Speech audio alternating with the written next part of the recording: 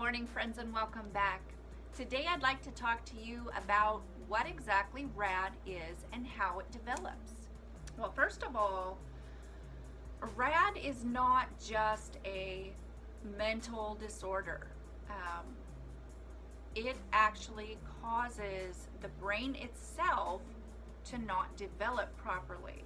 And through CAT scans and just different brain scans on young children, you can see how neglect has affected their actual physical brain.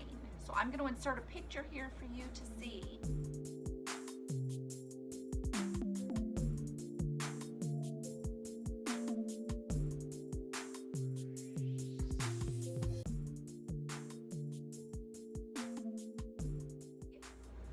The brain is severely underdeveloped.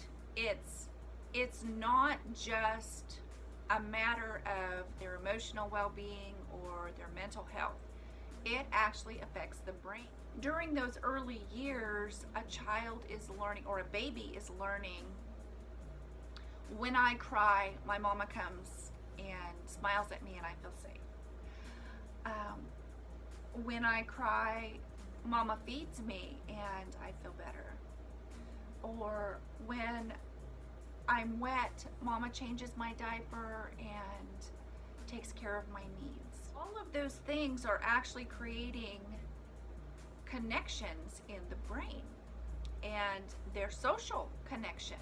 I'm going to compare them to a road. You know, you can take a drive out a field, and when you leave that field, you can see where your tire tracks were. But if you repeatedly go down that same path, eventually it's going to wear marks in the road and create an actual road. And over years of driving that same path, the grass is going to die under there and it's going to become an actual dirt road that anyone could recognize as a road. That's basically the same thing that's happening in that child's brain, or that baby's brain.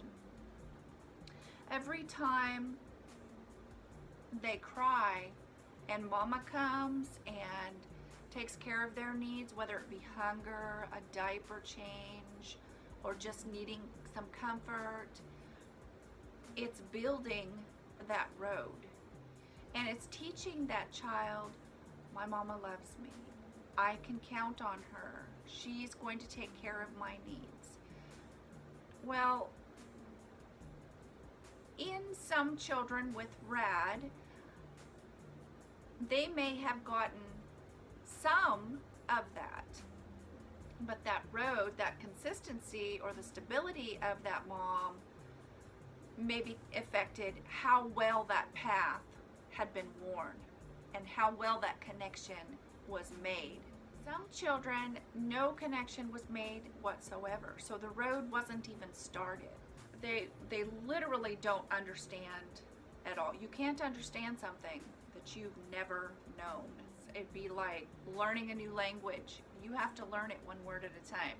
You can't just know when someone starts speaking to you in big conversations in a language you don't know. You're just not going to get it. It's said that reactive attachment disorder is a serious condition in which an infant or young child doesn't establish healthy attachment with the parents or the primary caregiver, being the mother. It develops if the child's basic needs for comfort, affection, and nurturing are not met. Loving, caring, stable attachment would never be established.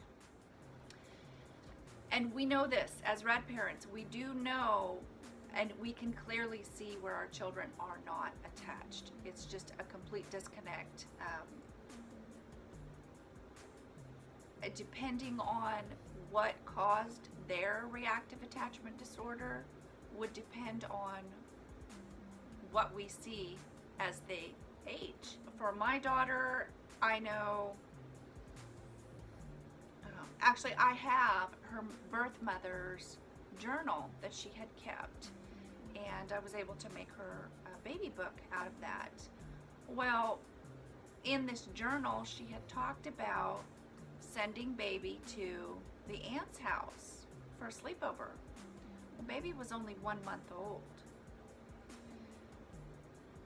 And how birth mom worded it made it sound as if it was, you know, a common thing, no big deal.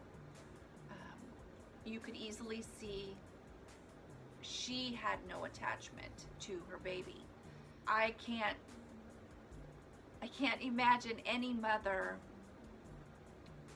wanting to be separated from their 1 month old baby. I have a hard time with separation, and my children are grown. But at 1 month old, you couldn't have tore my children from me. That right there showed there was no attachment with mother. So if mother has no attachment, baby is not going to have it, because mom doesn't know how to show love, affection, attention, nurturing. You can't give something you don't have.